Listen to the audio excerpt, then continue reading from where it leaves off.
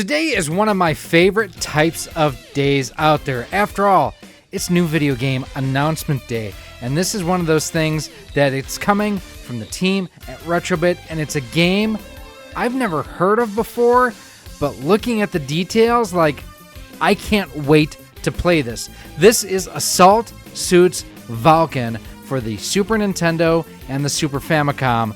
It's Valken, not Walken. No Christopher Walken here. And the beautiful thing about this is this looks to be, like I have behind me playing, this is Metal Storm.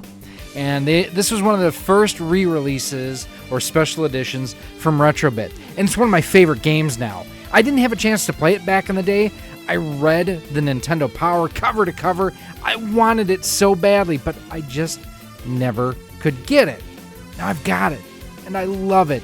And this, to me, looks like it may be a Super Nintendo version of this. Let's take a look at some of the details here. Created by NCS through their studio, Messiah Games, the Assault Suits series spans 4 main entries along with various re-releases and remakes that is split into 2 series, Leonos and Valken. The developers sought to create a world in which various protagonists can have their stories told, and these stories would have strong releases in Japan, but they're pretty inconsistent here in the West. Assault Suit Linos would receive a Western release in 1990, but was rebranded as Target Earth on the Genesis, while Assault Suits Valken would be renamed to Cybernator on the Super Nintendo, which had elements changed or completely removed. Some of those include in-stage animated portraits during dialogue were removed, certain dialogue scenes were totally removed, various character names were changed, scenes with the president were edited, and after credit scenes message was completely removed too. Many gamers would be oblivious to these changes, which Retrobit is hoping will finally be able to correct these omissions, and they'll provide a fully translated release of the Japanese game. The Assault Suits series would see a massive outpouring of praise, and Messiah would then publish an 80-page guidebook featuring artwork and additional lore. Furthermore, buildable mecha models featuring various Assault Suits, including the ASS, not me, what it says here, the ASS 017A would also enter the market. A boom in anime series featuring large mech suits or other robots would continue throughout the 90s, which would drive Messiah to develop or publish or license further physical release remakes until 2015 with Assault Suit Linos on the PS4, which was a remake of the original. I didn't know that. Originally released on December 18th, 1992 on the Super Famicom, with further ports released in 93 as Cybernator in North America and PAL regions for the Super NES. As stated before, Cybernator would censor various portions of the original story. The plot would center on Jake Brain, a soldier who was drafted into the Pacific States Marine Corps. He pilots his mech Federation Assault Suit and is only interested in being a soldier, not bothering with politics or patriotism.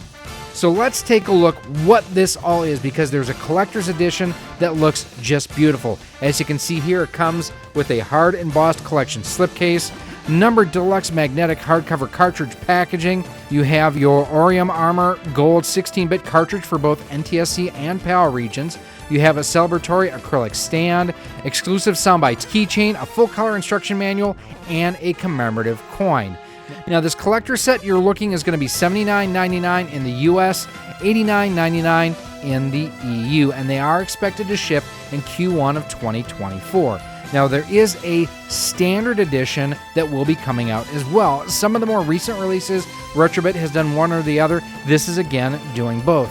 And with this, you're still going to get the numbered deluxe magnetic hardcover cartridge packaging, the bronze shielded 16-bit cartridge, either for the Super Famicom or for the Super Nintendo, and a full-color instruction manual. I do like the fact that each version has a different cartridge color, so you have, for those paying a premium price, you get the gold, the bronze for the people who just want the game, and for people who just want the game, $59.99 in the US, $64.99 in the EU.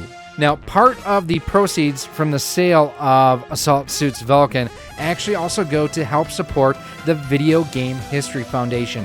And it's something that these are amazing people that continue to love and cherish and support and curate games from the past and make them available into the future. Like I mentioned, these will be available in Q1 of 2024. Now, I will have a link down below where you can pre-order them in the US through Rondo Products, and you will also be able to get them in the EU. I believe Spell and Assault and Dragon Box Games will both have them available there. So this is a game I missed out on back in the day. I don't know why, because this seems like something that would have been right up my alley, but I've never played it. I am so looking forward to getting my hands on one of these. I may actually get my hands on one of each. Maybe I do one for the Super Famicom with the standard cartridge, and then the deluxe version for the Super NES. I may have to do that. Make sure you do me a favor. Hit that subscribe button, because we will be doing unboxing and reviews of these when they do come out in 2024. And again, these are going to be limited releases, so you want to make sure to go ahead, get your pre-order in. I will have, again, a link down below where you can pre-order them through Rondo Products. Now, if you do want to check out some of the other games that Retrobit has re-released over the years, like Metal Storm, fantastic, Battletoads and Double Dragon, and more, I will have a link for you right here on screen where you can check out some of those excellent releases from Retrobit.